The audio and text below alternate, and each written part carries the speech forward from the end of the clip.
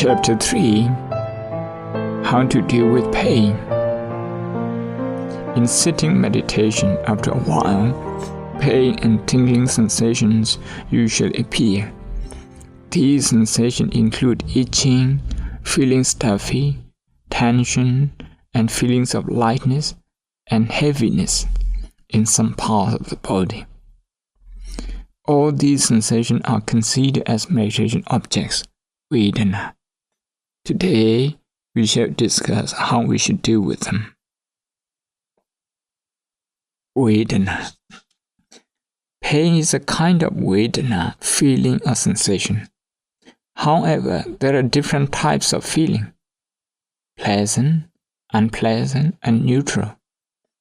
Pain means unpleasant feeling. Feeling Vedana exists as part of a process in the nonstop function of psychophysical phenomena. It can arise from contact through the eyes, the ears, the nose, the tongue, the body, and mind, provided that there is a corresponding sense object present. In plain terms, you feel in 6 ways: through seeing, through hearing, through smelling, through tasting, through touching, and through thinking. Vedana, whether pleasant or unpleasant or neutral, is an experience that makes you aware of something. Psychologically speaking, it is a part of a cognitive process. It is more than a mere sensory state. We do not start meditating on pleasant or neutral feeling, as in most cases, they are not as clear as pain. We do not begin with a lesser-known object. Compared with pain, a pleasant feeling is less known, and a neutral feeling is the least perceived object by a beginner. That is why we talk about the pain which we confront in almost every meditation session. The way to deal with tension, numbness, and other unpleasant feelings, even neutral sensations, will be covered under this topic. Pain has a very important message to tell us when it arises. If we receive and realize the intended message for what it is, we can become wise. Instead, we tend to become impatient and trying to reject it outright. We do not have the sufficient courage to observe it, and even less to investigate its nature. Personalizing pain. Whether physical or mental, pain always has a cause. Everything which happens is part of a process. When we sit, pain may develop in the legs, back, shoulders, and neck. When it develops, we normally identify the pain with ourselves. Out of habit, we start thinking, or rather judging ourselves. We say, "I'm in pain," rather than "there is pain." Because we have been conditioned to react in this way, we consider this view perfectly normal and justifiable. The first description, "I am in pain," is subjective and is an outcome of a defiled view. The second expression, "there is pain," reflects more objectively. It is much more accurate to say that there is pain.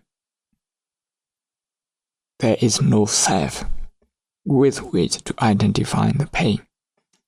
In saying, "I am in pain," my ear is painful, my shoulder is aching, we are already personalizing the pain.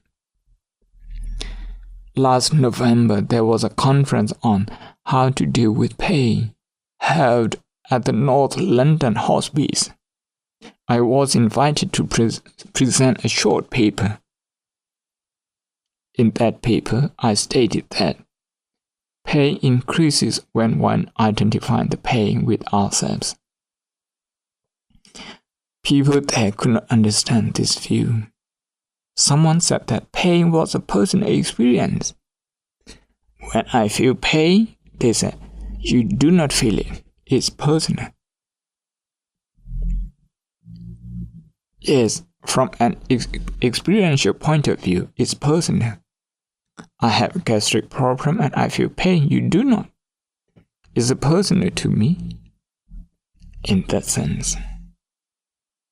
However, pain is common to all beings. It is hardly proper to personalize it.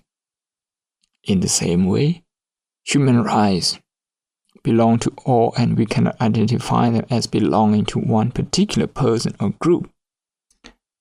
Looking at life as a whole, is there any self to be identified with?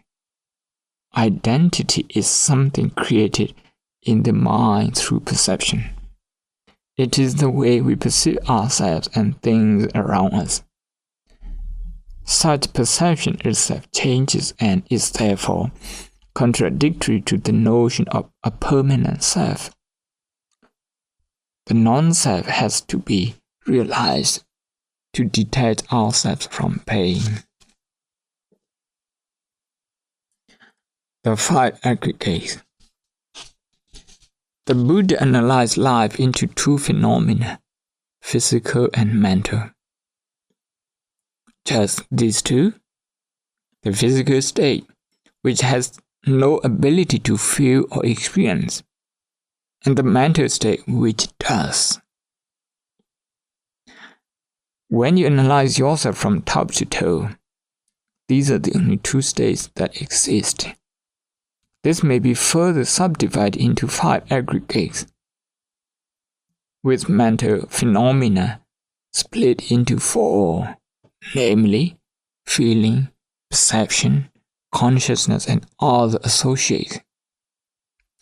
The person identifying conventionally as Dr. Liu Jotin still has the same 5 attributes as the person known as Venerable Dr. Khammai Dhammasami.